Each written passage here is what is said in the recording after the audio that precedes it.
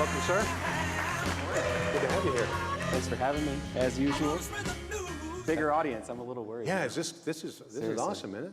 Packed house. It's great. What's going on? You know, quite a bit. The last week in general has been pretty interesting out here in this area, specifically Mesa. From a government and political standpoint, the Mesa area had a couple of its leaders. One in the state Senate, Rich Crandall, who's been a big champion of education issues in the state. And then locally here at the Mesa Chamber, Dina Higgins, who was very well appreciated and very well liked, both stepped down from their posts. And so it opened up new opportunities for local residents. And David Farnsworth, who was a state legislator back in the 90s, has been appointed to take over the last bit of the Senate term from Senator Crandall, and he's from Mesa. And then in the city of Mesa, actually, David Luna, who is well known as a volunteer philanthropist, he works in the technology and television department for the Mesa School District. He's been appointed as the next city council member for the next, I believe it's 16 months is the rest of that term, to replace Councilmember Higgins.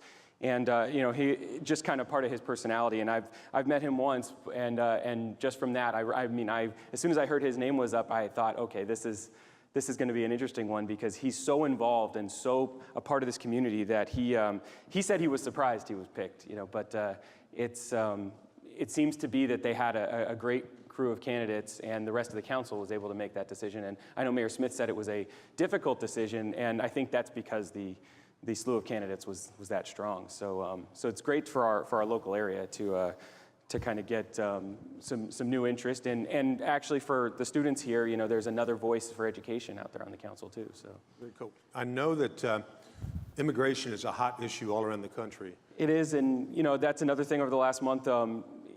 Mesa has kind of been at the center of the immigration debate, whether it wanted to or not, over the past few years. The SB 1070 introduction by the former state senator from here, Russell Pierce, and in the last month or so, actually, it came back to the forefront as Senators Flake and McCain held a town hall at the Mesa Arts Center. And as much as the debate on immigration is very important, and we can talk about that for hours, to me is, from me being here, I'm always trying to kind of look at, okay, what does it mean for Mesa? And I think the fact they chose Mesa for the location for this, even though it was a small crowd, and I know the Mesa Chamber was able to bring some guests, and some other organizations locally were able to bring some guests to this and be part of it.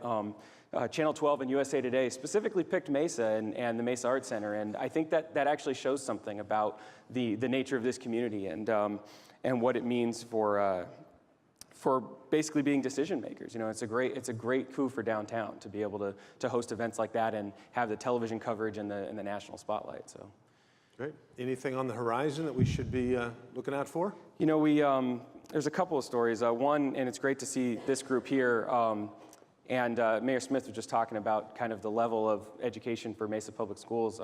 We've got a story coming up in the next few days about civic engagement among Mesa high school students. And 20 schools, I believe, maybe 21, but 21 schools were honored by the State Department of Education for civic engagement this past year. And 6 of the 20 were from the Mesa School District. So basically all 6 Mesa Public Schools were part of that. And civic engagement means exploration and studying of government and history and politics and democracy, and basically exactly what it sounds, getting engaged in the community. And I think with the slogan we see on the t-shirts, get up, get connected, get in the know, yeah, that's tying into, we're talking about it in a different way, but I mean, you can kind of equate that the same way, that that's what these students are doing. And it's pretty amazing that all 6 schools in Mesa are part of that 20 statewide. So that's a story we're gonna have in the next week or so. That'll be kind of outlining that. And then we're also going to have another story coming up over the next week that actually with the Mesa Community College students here, it's very interesting for them. And it talks about the changing atmosphere of transferring out of Mesa Community College to a 4-year school, and with the way that it's affected by the new colleges in Mesa and the opportunities here. So it's not so much Tucson, Flagstaff, and Tempe anymore. There's a greater opportunity to stay home. So we've got another story coming up that's kind of exploring that and what it means for these students. So. Very cool. Well, we appreciate every month you come in here and tell us what's going on. I got one more big story. All right, well, that I got to talk about. Chop. Mesa Morning Live producer Sean Barry and I were talking the other day, a couple days ago, and all of a sudden I hear him say, "Hey, hang on, I got to answer this." And he picks up the phone and the other phone, and I can tell it's his wife, and he's like, "Now? We go to the hospital now?" And well, his wife Jessica gave birth to another little baby boy, and 6 pounds 11 ounces on Tuesday night.